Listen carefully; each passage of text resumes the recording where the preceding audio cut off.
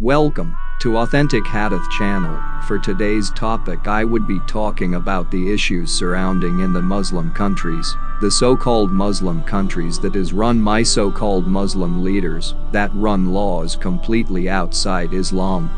They run the disbelievers' law of democracy where they claim that they give their people the choice to choose who runs their country, but we all know that is completely false, as ones that gets all the power are the rich and powerful.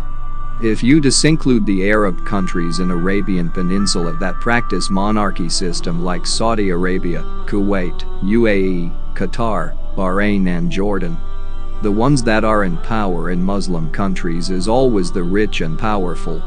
It's corrupt system to keep those same people in power, so it's brainwashing tactic. Basically the Western power are doing different type of slavery.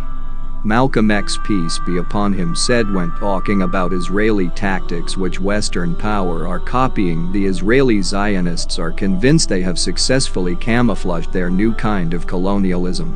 Their colonialism appears to be more benevolent, more philanthropic, a system with which they rule simply by getting their potential victims to accept their friendly offers of economic aid and other tempting gifts that they dangle in front of the newly independent African nations, whose economies are experiencing great difficulties.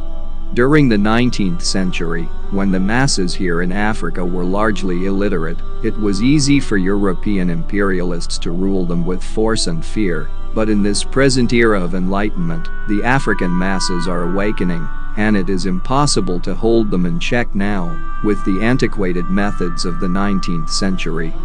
The imperialists, therefore, have been compelled to devise new methods. Since they can no longer force or frighten the masses into submission, they must devise modern methods that will enable them to maneuver the African masses into willing submission.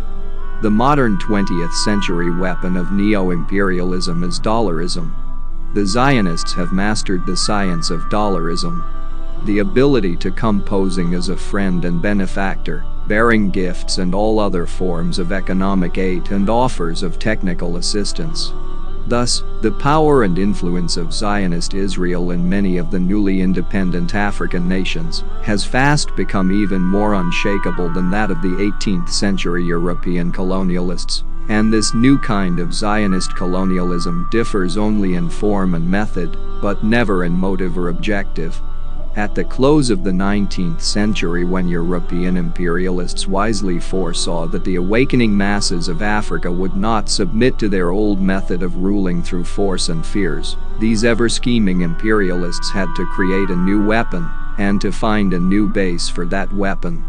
The number one weapon of 20th century imperialism is Zionist dollarism, and one of the main bases for this weapon is Zionist Israel. The ever-scheming European imperialists wisely placed Israel where she could geographically divide the Arab world, infiltrate and sow the seed of dissension among African leaders, and also divide the Africans against the Asians. This new type of imperialism that Western power is doing to the Muslim countries to take away Islam from their society, even when Brunei did anti-LGBT laws, lot of celebrities tried to force their belief on them and ask people to boycott their business. It's tactic that Western powers has mastered to force the Muslims countries to stick with disbelievers' law over Allah, law of Sharia. So I salute Brunei Sultan Hassan al-Bolkiah for fearing Allah more than the disbelievers.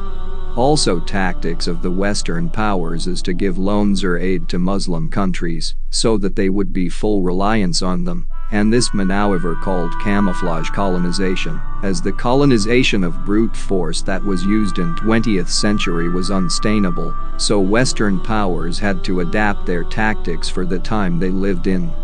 Now they have power to give sanctions or stop weapon sales to force Muslim countries to give away their Islam for little reward. Allah say in the Quran Surah 5:33, and they were witnesses thereto. So do not fear the people but fear me, and do not exchange my verses for a small price. And whoever does not judge by what Allah has revealed, then it is those who are the disbelievers. If you ask many Muslims in Muslim countries if they want Sharia implemented in their country, you would see unfortunately many Muslims saying that they do not want the Sharia law in their country, like it's not part of their faith. They would prefer the oppression and tyranny of man-made law over justice of Allah law. Are they even Muslims? Do they even have shred of fear of Allah? It's not only down to ignorance alone, it's because some of them are hypocrites. Anyways, I hope you enjoyed video. Please remember to like and subscribe if you never subscribed already. Peace.